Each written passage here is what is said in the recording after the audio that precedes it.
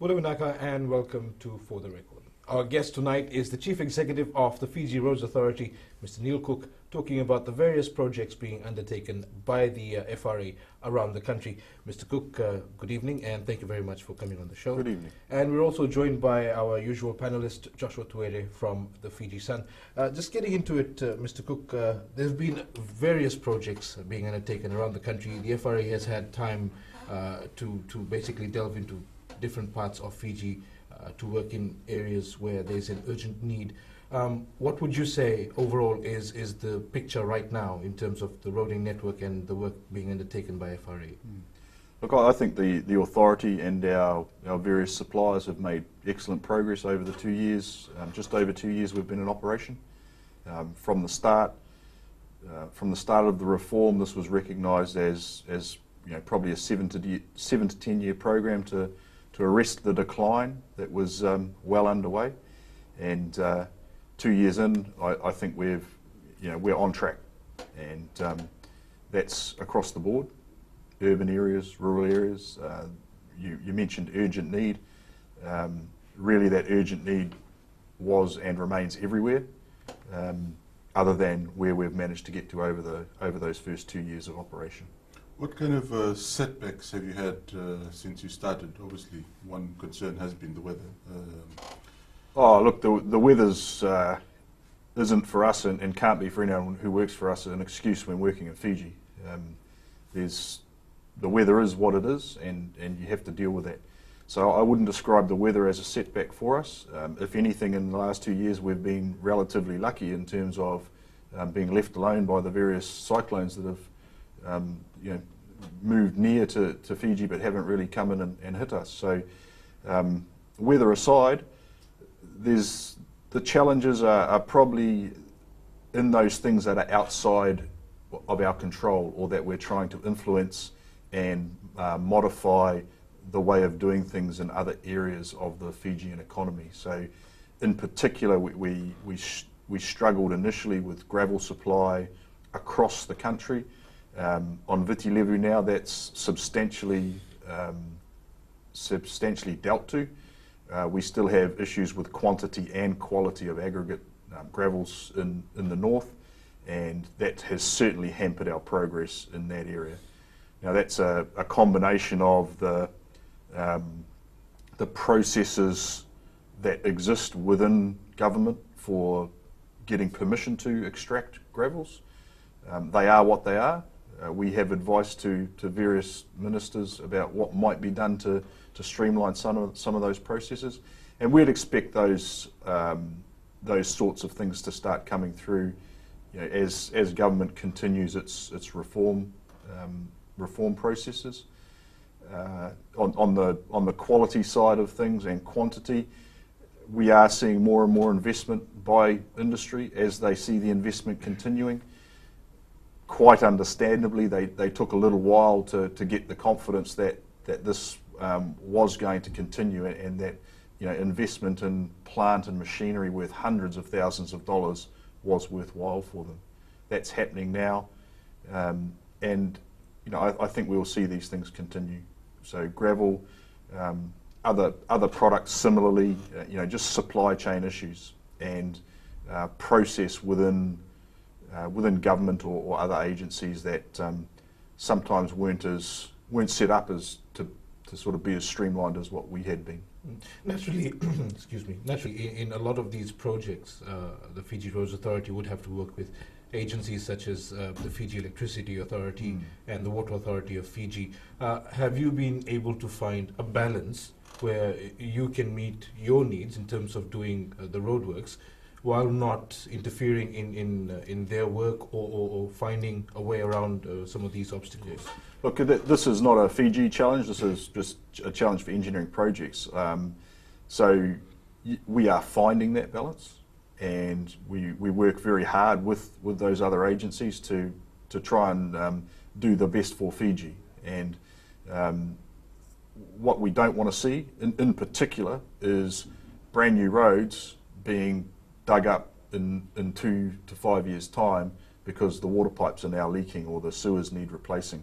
That is what we're working very, very hard to address, and that is the cause of, occasionally that's the cause of delays on projects, just getting those issues sorted out. It can increase the cost of a project, but in terms of cost effectiveness and value for money and a best for Fiji approach, it's much better to have a slightly higher cost now to address those problems than wait 5 years and have a much more costly intervention on a brand new road that needs to be dug up for the water pipe. So that's the approach we take. What's best for Fiji, and what's the most cost-effective way to deliver the best value for money over the long term. One of the other main stakeholders obviously will be the TLTB and the landowners. How would you describe your relationship with them at the moment? Oh, fine. We find TLTB relatively easy to deal with. Their processes seem to be reasonably, I'll use the word again, reasonably streamlined. Coming from a New Zealand experience, I find the processes for addressing native land issues, Itoke land issues here in Fiji, much more easy to navigate than the equivalent with Māori land issues in New Zealand. There's some of our projects that we have underway now that maybe started concept or so on a couple of years ago. We wouldn't even be near getting to construction on an equivalent project in New Zealand because of a lot of those land and permit type issues. So I find that to be not a major deterrent to our progress. There are some things within the systems that they have to work with that, again, I think as the government goes through its reform program, they'll pick some of these things up. And one example is when we're in rural areas and we have a requirement for getting 60% of signatures when many of the landowning unit are dispersed, and not just dispersed across Fiji, they're dispersed around the globe. So those sorts of things can be challenging. How government ultimately decides to deal with them, well, we'll wait and see. But at the moment, we just work within the system that we have to work within. All right. And on that note, we will take a quick break. We'll be right back.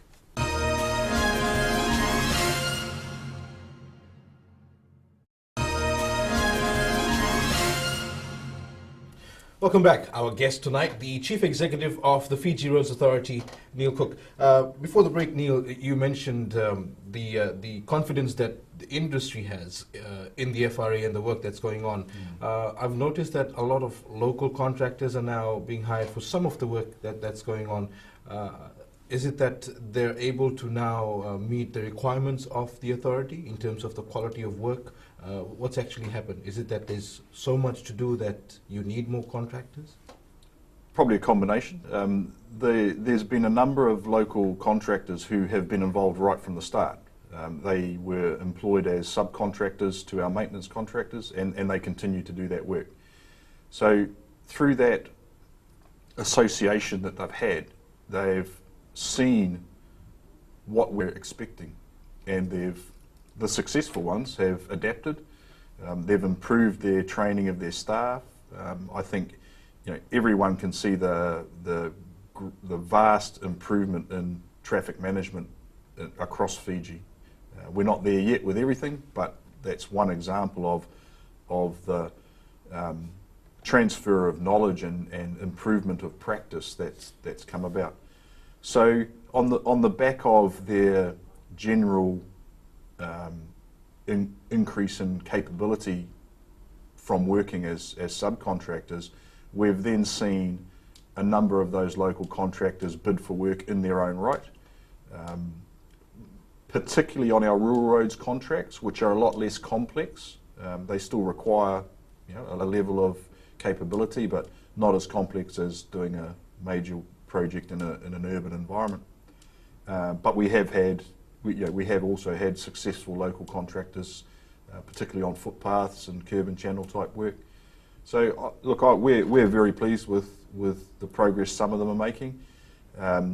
Those that were unable or unwilling to meet the standards that are being set for a modern roading industry, they're finding their work elsewhere.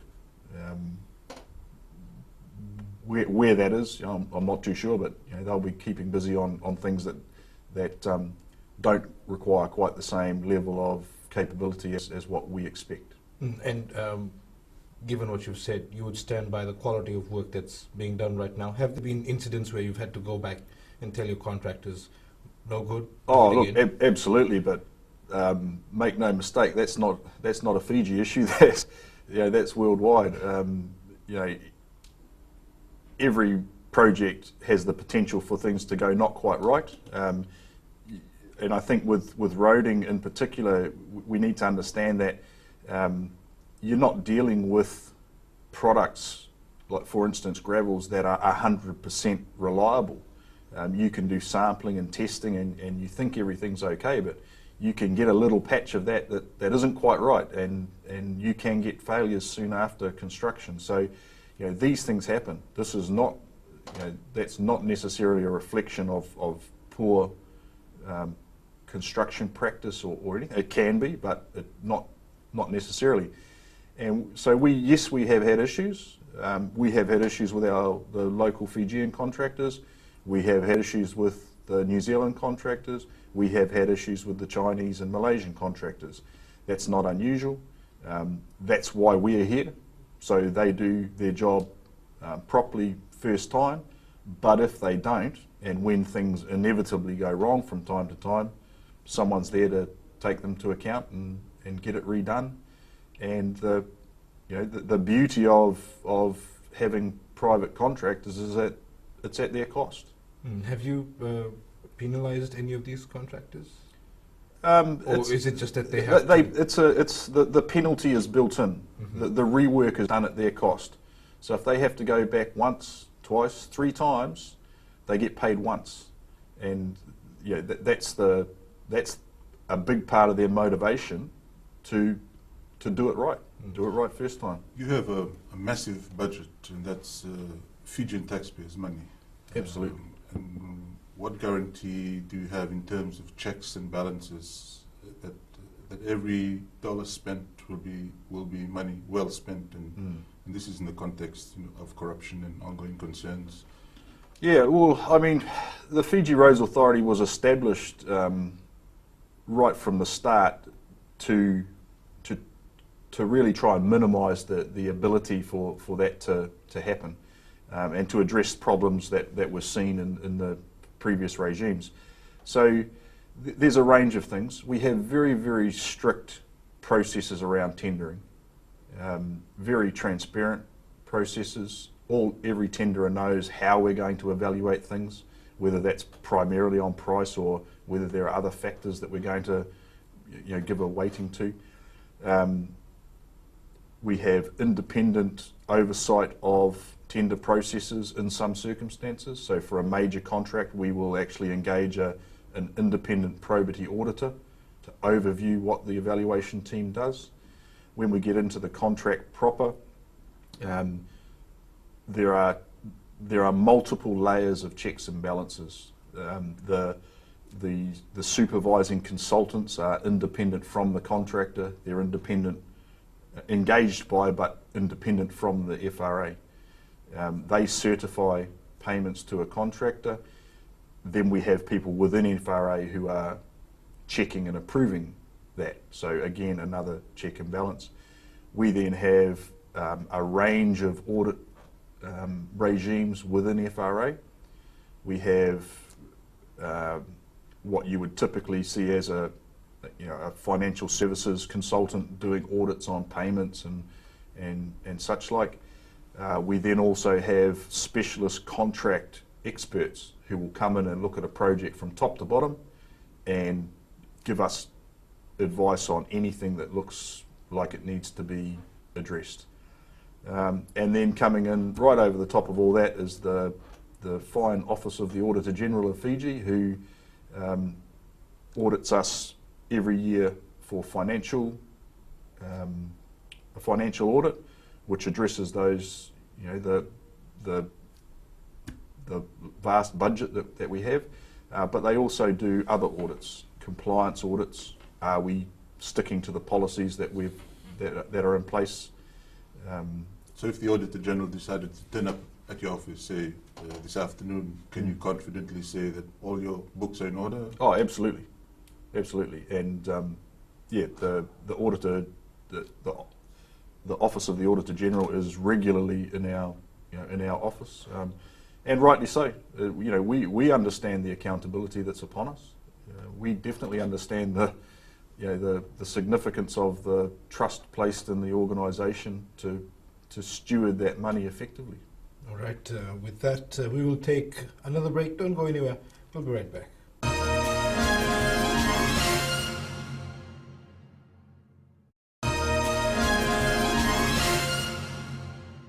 Welcome back to the show. Neil, let's just look at some of the projects that the FRA is doing. Specific mention in the 2015 budget were bridges around the country. Some of the most immediate ones that we know of, at least, are Stinson Parade, which has been closed for a while. What's the strategy there? Yeah, well, just starting on bridges generally, we've got about 1,000 bridges, and most of those need some work.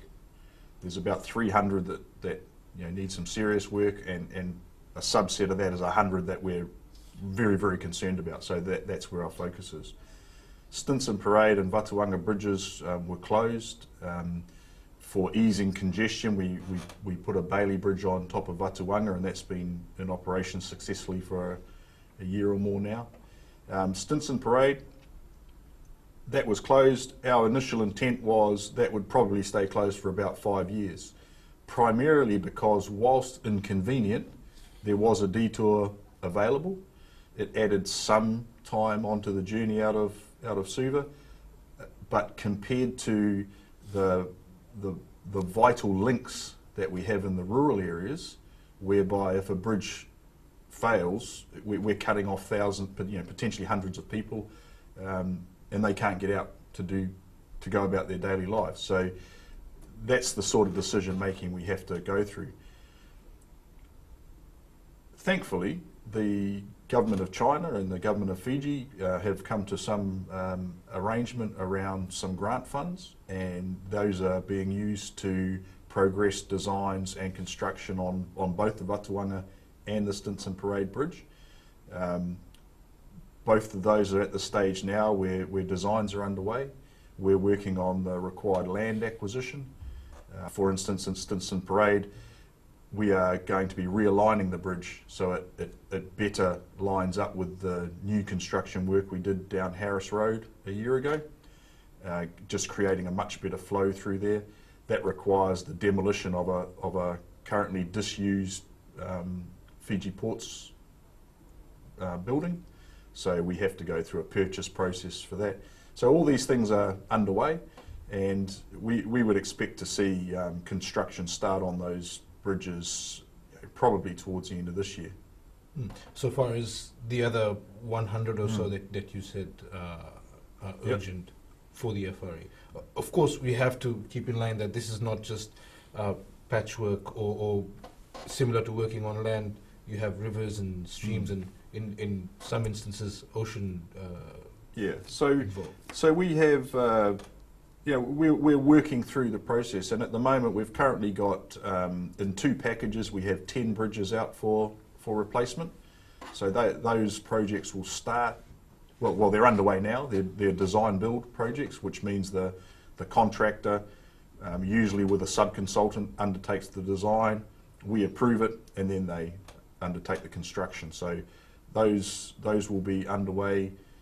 They're underway now, but in terms of physical work, the first of those will start towards the end of this year as well. We have, over the past couple of years, there have been a number of crossings replaced.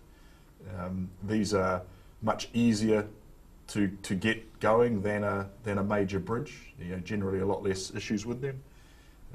So this again, we've from the start of FRA's establishment, we've looked at this as a staged 7 to 10 year program to address all these serious deficiencies. It's underway, it's progressing well, and I guess a part of this is the ADB and the World Bank coming in and offering the loan funds to the transport sector through the government of Fiji. And it's a lot of these, bridges in particular is one very significant part of our activity that we'll be looking to channel that financing into. Some of the major roads, the arteries, let's say, along the Queen's Highway and the King's Highway, the Suvarnasori corridor is being extended into a 4-lane road network. Same in Nandi, outside the Nandi airport. At the moment, as work continues, it's causing some traffic congestion, some difficulties for drivers, but in the long term, this is going to help ease traffic in the longer term anyway. But for motorists right now, what would you say to them? Well, look, I think to start the discussion on this, I think we need to recognise that congestion is actually a sign of a successful growing economy, and there's not a major city in the world that doesn't suffer from some form of congestion. We need to minimise that, and we need to have some clear strategies around what sort of travel times are acceptable in the long term, and how do we get to there. This is the consideration of bus lanes and that sort of thing. The current problem, yes, we recognise it. There is always inconvenience when construction works are going on. We do what we can. We try and minimise the effects of that. We try and make sure we've got very clear delineation of where motorists need to go. Some of the things that motorists can do is perhaps adjust their working day. Not everyone can do that, but some people can. Some people can start work a bit later or finish a bit earlier. There are in some cases alternate routes, and I know the LTA and police have been attempting to do some traffic diversions on some of these, through some of these problem areas.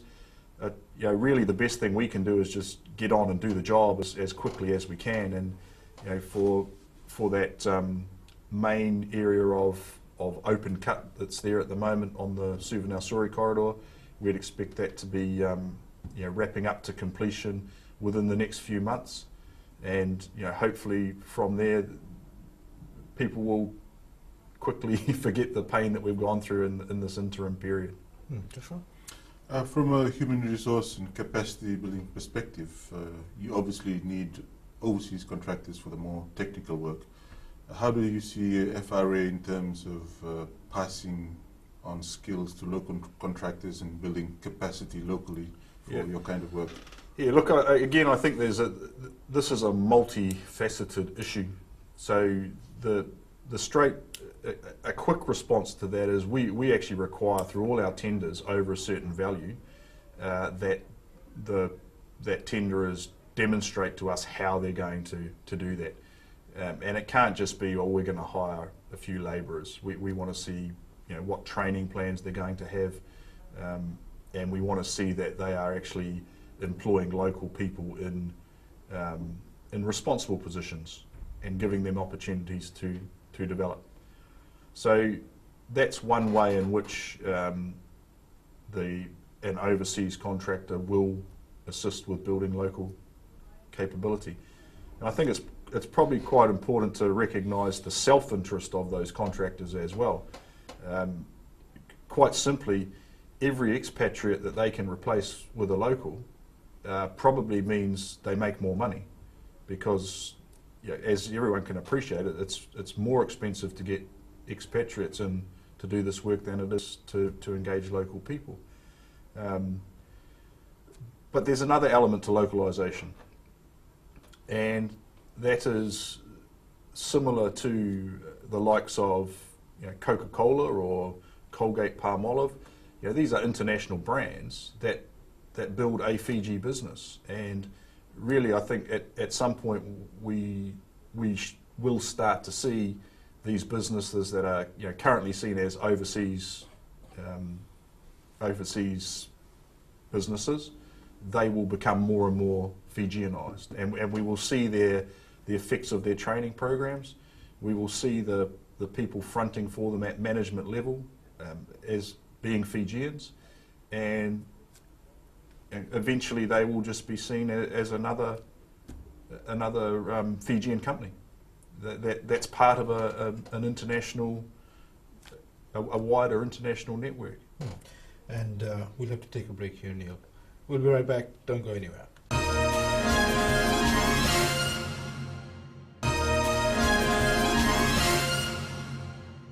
Welcome back to For the Record. We're talking with the Fiji Roads Authority Chief Executive Neil Cook about the various projects being undertaken around Fiji. Neil, one of the issues that we come across, people don't believe that there's any work going on simply because it's not happening in their community. We're talking about not the major roads, not the highways or the bridges and jetties, but residential areas where there are potholes.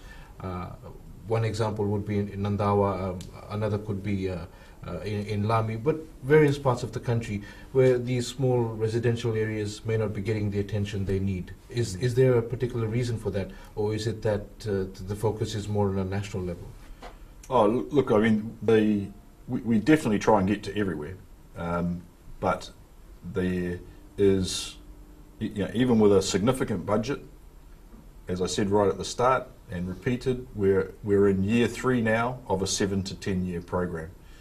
You get where roads have deteriorated to a certain point, there's often really nothing that can cost effectively be done to them until they're fully reconstructed, and we can't reconstruct all of them all at once. So we have focused those reconstruction efforts primarily on the roads that see the most traffic and critical linkages, within the urban areas. And eventually, as those, we've addressed well over 20% of the sealed road network so far, and for instance, there's probably 1 or 2 sections on the Queens Road between Suva and Nandi that still need full reconstruction, but by and large that route is reaching a sustainable level, which will free us up to get into that next level of collector roads and then down into the cul-de-sacs and small residential streets. And so what you're saying is for these people to be patient. Yes, but I also recognise that they have a valid viewpoint, and almost without fail, everyone I speak to intellectually understands that concept of a 7 to 10 year program. Emotionally, they see work getting done at their neighbours, or it's at a friend's street, and they just want to know when's ours getting done. And yes, it's be patient, but we do certainly understand, and we're doing the best we can to the best of our ability within the resources available to get everywhere as quickly as we can. Is there a particular forum or a place in your office where people can take their concerns at the moment? There's any number of forums. We have our website, which is fijiroads.org. We have a short code, so toll free 5720. They can come into the office. We're in the Fiji Revenue and Customs complex. Anytime. We'll shortly have I'm told by tomorrow, well, by the time this goes to air, it should be in place. We will have our full work program for 2015 will be available in map view on our website. So that'll give some people confidence if they see their road in that category of work. What we'll be working on over the next few months is to then put in, well, what's our program for the next year and the next year. And by the end of this year, I would expect that we can actually have a fair idea of when we will be treating every sealed road. So even if that's out in 5 years' time. Speaking of 2015, what are some of the major programs? For you, what outcomes would you like to see at the end of 2015? Yeah, we are not really commencing any brand new major projects. The focus is very much on getting these projects that are underway now, getting them progressed, getting them finished. So we're seeing very, very good progress on the Nambuwalu to the Raketi Road. That contract is going at a fantastic rate. We expect to see that project finished this year now, whereas previously it was going to run into 2016.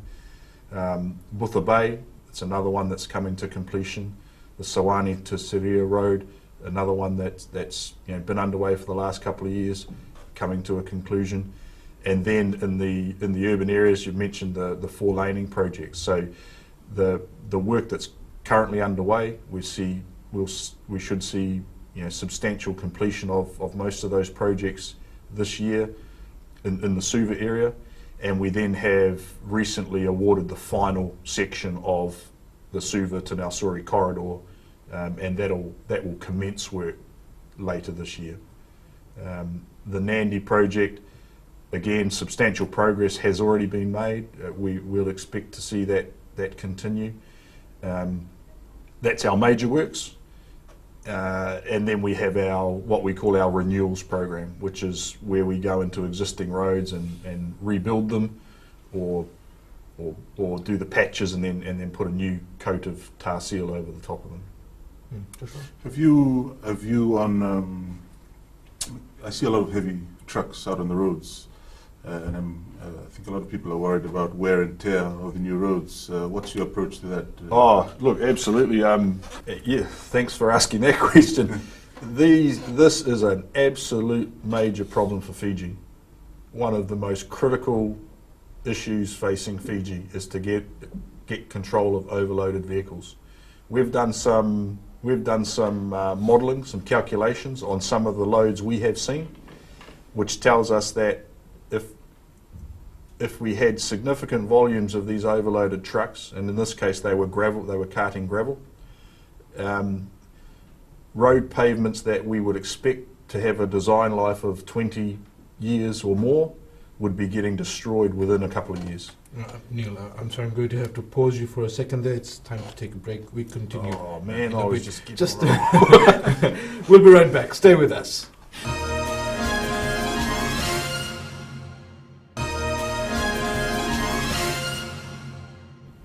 Welcome back. Before the break, Neil, you said you were talking about overloading of trucks and how it's a concern for you. What exactly are you finding? Yeah, well, you've touched on we talked about bridges, which is probably my first major area of passion for Fiji in terms of risk for the country. These the culture of overloading is costing Fiji tens of $millions a year in damage to the roading assets. Not only that, vehicles that are overloaded are inherently less safe. They take longer to stop. We've seen overloaded vehicles running off the road in some cases. They're a lot less stable. Now, we just need to see this change, and it can't just be a change in that's driven from the enforcement agencies. The LTA can only be in so many places at one time. The police can only provide so much enforcement. So unless we actually get an industry that has some compliance culture about it, then we're in some we're going to continue to have these problems. Essentially, what we're saying is, if we let this continue, the taxpayer is subsidising these industries via road maintenance, and there's nothing inherently wrong with subsidy to certain industries. It happens in all countries and for all different reasons, but this sort of hidden subsidy, that's what I think is the problem, and that's an area that I'm working on, that my team are working on, so we can provide advice to government on on maybe better ways of dealing with this. So what kind of solutions are we talking about here? More weighbridges or?